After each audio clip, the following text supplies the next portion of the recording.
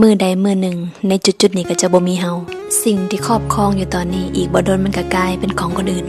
ทุกสิ่งทุกอย่างเฮามีสิทธิ์แต่เพียงใช้คนทุกคนก็เป็นเพียงผู้พบปะกันชั่วคราวทุกอย่างเปรียบคือของเศร้าทุกคนเศร้าใส่กันชั่วคราวทั้งนั้นเลยบ่มีไผเป็นเจ้าของไผถาวร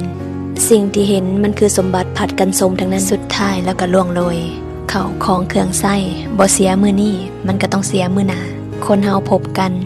บ่จากกันมื้อนี้มันก็ต้องจากอยู่ดีมื้อหน้ามื้อนี้เฮามีชีวิตอยู่มื้อหน้าจุดนี้ก็จะบ่มีเฮาถ้ามัวแต่จมอยู่กับความทุกข์ในอดีตอย่าลืมว่าความตายเป็นตาย่านกว่ามัวแต่อาฆาตแค้นกับคนที่บ่ดีกับเฮาอย่าลืมว่าสุขภาพเฮาสำคัญกว่ามัวแต่จมอยู่กับคนที่บ่ได้ฮักเฮาอย่าลืมว่าฮักตัวเองสำคัญและยิ่งใหญ่กว่ามัวแต่เสียดายเหตุการณ์เก่าๆในอดีตอย่าลืมว่าปัจจุบันและอนาคตต่างหากที่กำลังรอเฮาอยู่อย่ามัวแต่ไปแสวงหาจนลืมไปว่าสิ่งที่มีค่าที่สุดคือเวลาและลมหายใจจงใช้ชีวิตแบบเช็คลิสต์วันต่อวันเพียงแต่ใจเฮาบ่ทุกข์ก็สุขแล้วเพราะความสุขมันคือความสบายใจ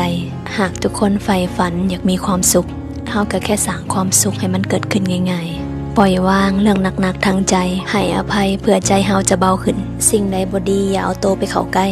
เพราะสุดท้ายมันย่อมให้ผลเฮาเสมอ